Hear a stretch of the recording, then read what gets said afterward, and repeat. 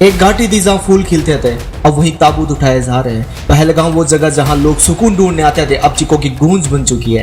एक बायसारन घाटी जहाँ कुदरत अपने सबसे हसीन रंगों में थी, अब वहाँ खून से रंगी जमीन है। 26 मासूम लोग सिर्फ सैलानी थे, हथियार नहीं थे उनके हाथों में। कोई हनीमून पर आया था तो कोई बच्चों के साथ छुट्टियां बिताने पर तुमने सब छीन लिया। हथियार लेके आए, गोलियां बरसाई और उन चेहरों को मिटा दिया जिनसे सिर्फ मुस्कान थी। क्या यही जिहाद है? क्या यही इंसानियत है? तुमने सोचा बाहर डरेगा? नहीं, यह भारत है। हम दर्द सहते हैं लेकिन भूलते नहीं। हमने दर्द दिया है पर हम कमजोर नहीं।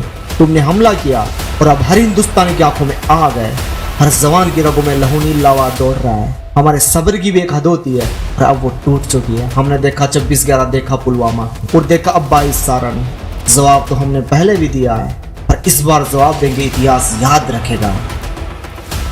अब घाटी फिर से खिलेगी, लेकिन पहले उस जहर को साफ करना होगा जो इसकी जड़ों में पल रहा है। हर वो चेहरा जो आतंक के पीछे छुपा है उजागर होगा, हर वो गद्दार जो नाकाम में बेनकाब होगा।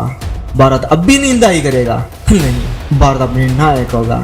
अब युद्ध सिर्फ सीमा पर ही नहीं, सोच में भी होगा। अब ये लड़ाई कश्मीर की नहीं, अब ये मंजर पाकिस्तान में भी होगा।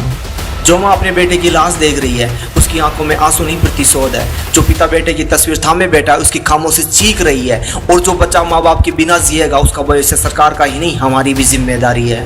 अब सिर्फ बदला नहीं, बदलाव होगा। अब सिर्फ जवाब नहीं, न्याय होगा।